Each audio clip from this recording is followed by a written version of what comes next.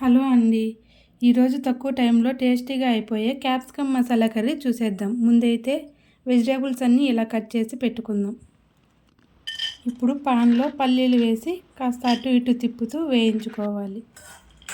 మరో పక్క నీళ్ళల్లో క్యాప్సికమ్ ముక్కల్ని వేసి ఇలా సాఫ్ట్గా ఉడికించి పక్కన పెట్టుకోండి.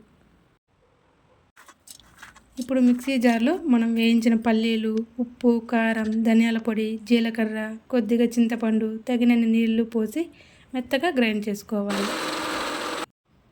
ఇప్పుడు మూకుడులో ఆయిల్ వేసి ఆవాలు, జీలకర్ర, కట్ చేసిన ఆనియన్, పచ్చిమిర్చి వేసి బాగా తిప్పాలి.